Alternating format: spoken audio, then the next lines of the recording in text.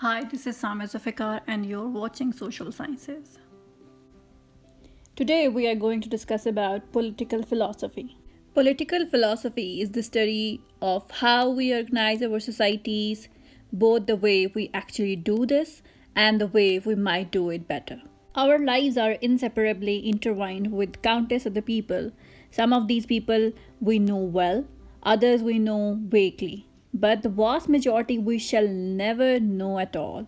So we must pay attention to the business of living with those others, and this is the essence of politics. From the known history, it has been evident that philosophers are concerned with the topic of politics from the very beginning. According to Aristotle, humans are not political animals in the way that ants and bees are, that is simply programmed by natural instincts to organize themselves in certain structures like nests and hives. Rather, our political communities and institutional practices take many incompatible forms, and people have differed sharply on their relative merits. Animals do not recognize authority.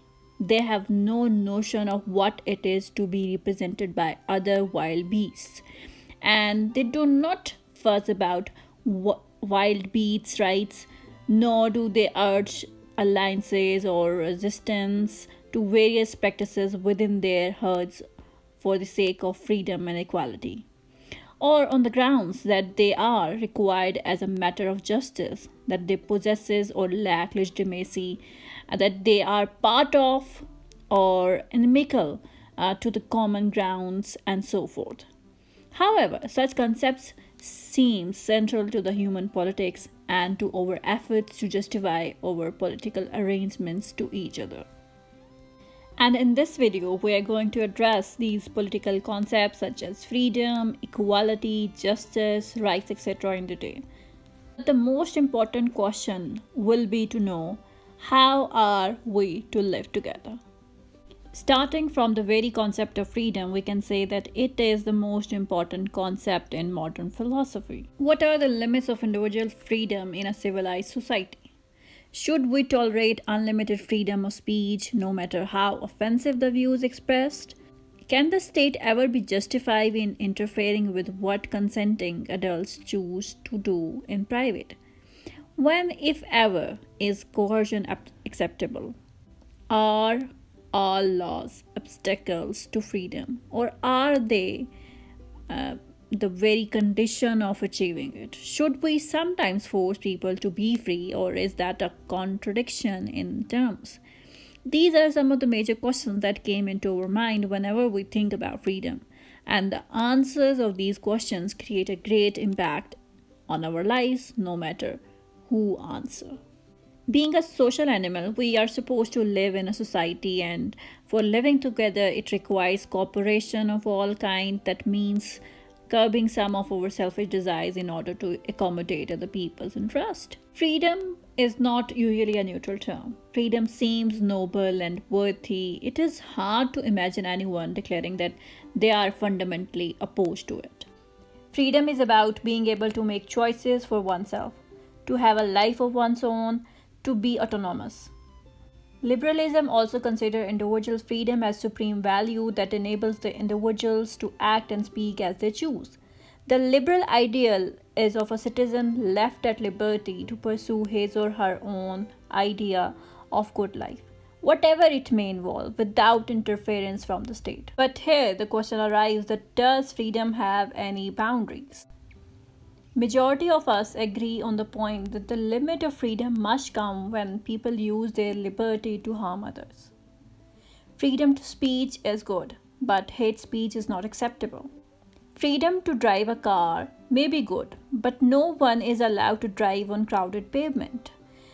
This idea of freedom is known as the harm principle. Thus, a person should be free to do whatever they choose, provided that they do not cause harm to others. Liberals believe that diversity and difference must be celebrated, and state must use its power to defend individual freedom rather than restrict it. The role of state is to ensure smooth running of a society of free individuals by setting rules and laws. This view of liberty is known as negative freedom. It is negative because state give full freedom of choice to individual, and it is individual who judge his action, not the state. State only ensure that the citizen pursues his choice without harming another. In the liberal, pluralist state, the economy is going to be that of the free market.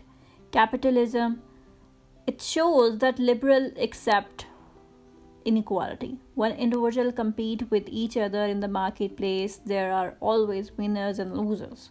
Although individuals are free to make their own choices, not all of those choices will be wise or lucky, and this is inevitably produces inequality in the possession of goods. It is the attitude towards inequality that most clearly differentiates the two main strands of liberalism, that is, libertarianism and social democracy.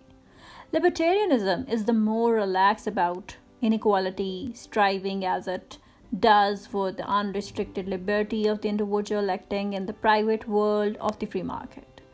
Libertarians want the state stripped back to its core functions of providing security, protecting citizens from harm within law enforcement and without armed forces as well. This has the added benefit of keeping taxes as low as possible, leaving people with the maximum freedom to spend their money as they wish. Libertarian accepts that freedom necessarily results in inequality. But now it led us to another question, that it does a free market hand too much freedom to the winners? Do let me know what you guys think about it. Now we are going to discuss about another concept of political philosophy known as social contract. According to Thomas Hobbes, the life of a man in a state of nature is nasty, brutish, and short. People agree to live under the rule of law because of the long-term benefits of such a move. In the state of nature, everyone is living for his own interests, thus, there is a constant conflict between individuals. In order to avoid such chaotic situation, they hand over powers to the state and lose some freedom in order to be able to walk the streets safely. This is the contract. The state may command the citizens as long as he or she is protected by its laws. John Locke asserted that the state breaks its social contract with the people when it acts in a tyrannical way. Citizens have the right to overthrow the state if it is acting against the citizens.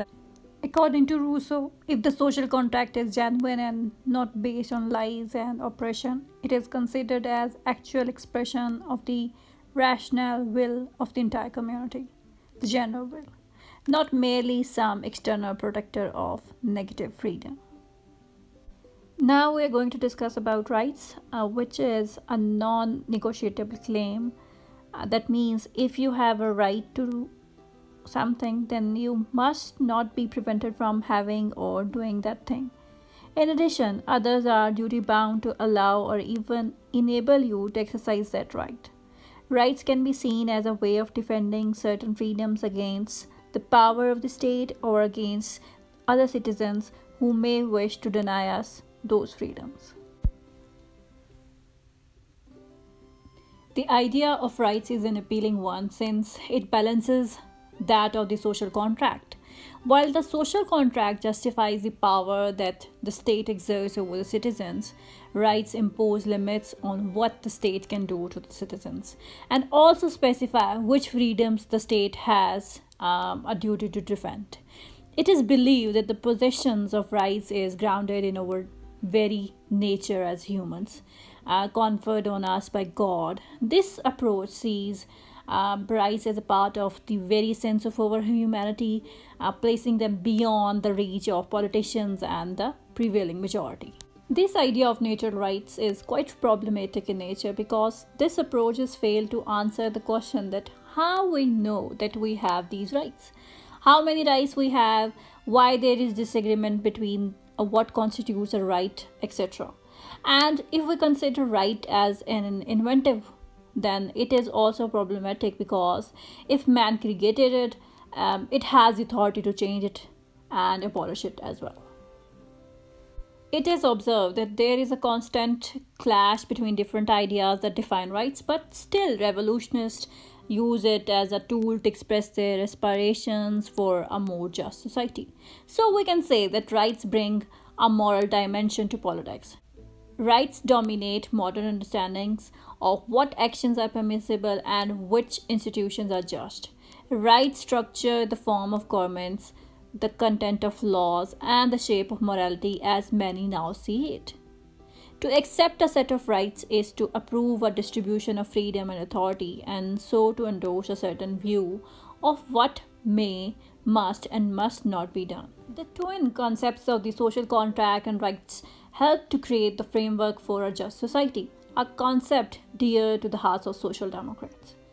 Social democracy rejects libertarianism as it lacks justice. Social democrats demand equal freedom for all and elimination of unjust inequalities from the world. In their point of view, the state must intervene to ensure equal opportunities as well as to soften some of the grosser inequalities of the free market. These interventions are usually aimed in making education, healthcare, and welfare system free or affordable, thus improving equality of the life chances. This is still a variety of liberalism because social democrats accept that there will be inequalities. The state tries to ensure equality of opportunity, not of outcome. So, this is all about political philosophy so far. If you have any question regarding it, you can comment in the section below. If you like this video, please like, share, and subscribe to my channel.